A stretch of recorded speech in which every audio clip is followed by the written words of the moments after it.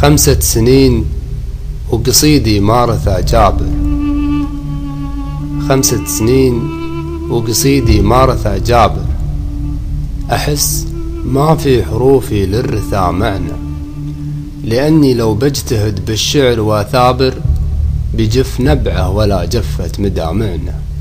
يا سيدي كل من في هالزمن خابر، يا كيف وقع الخبر على مسامعنا.